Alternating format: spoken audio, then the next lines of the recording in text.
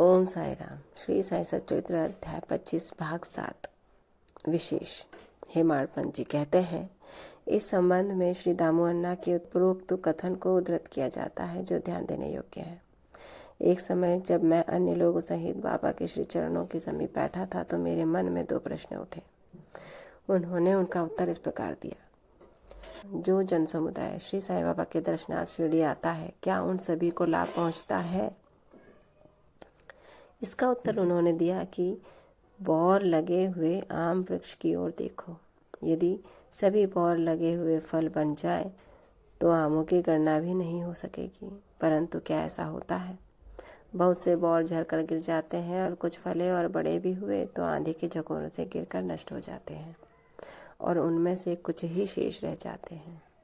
दूसरा प्रश्न मेरे स्वयं के विषय में था।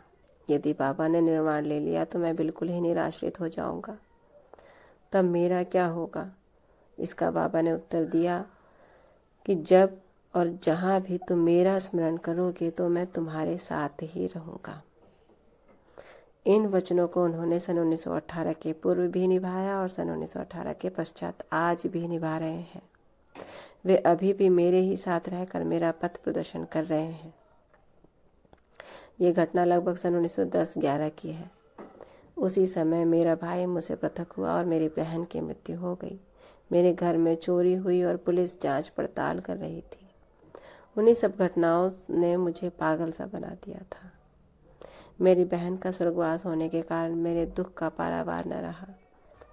जब मैं बाबा की शरण गया तो उन्होंने मुझे अपने मधुर उपदेशों से सांत्वना देकर अप्पा कुलकर्णी के घर पूरन पोली खिलाई तथा मेरे मस्तक पर चंदन लगाया।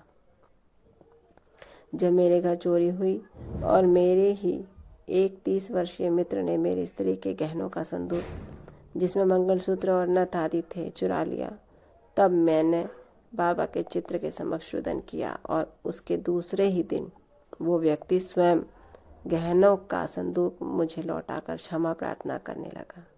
ओम साई राम। श्री सद्गुरु साईनाथ अर्पणमस्तु। शुभम भवतु। बाबा अपने भक्तों के हर समय साथ रहते हैं। उन्हें कुछ कठिनाइयों परेशानियों का सामना तो करना पड़ता है, परंतु बाबा उनका साथ नहीं छोड़ते। इसी के साथ ये अंश और ये अध्याय यहीं समाप्त होता है। कल अगला अध्याय 26 का शुभारंभ होगा। तब तक ओम साई राम। बाबा आप सब पर कृपा रखें, आपको आशीर्वाद दें और कष्टों से दूर रखें। ओम साई राम।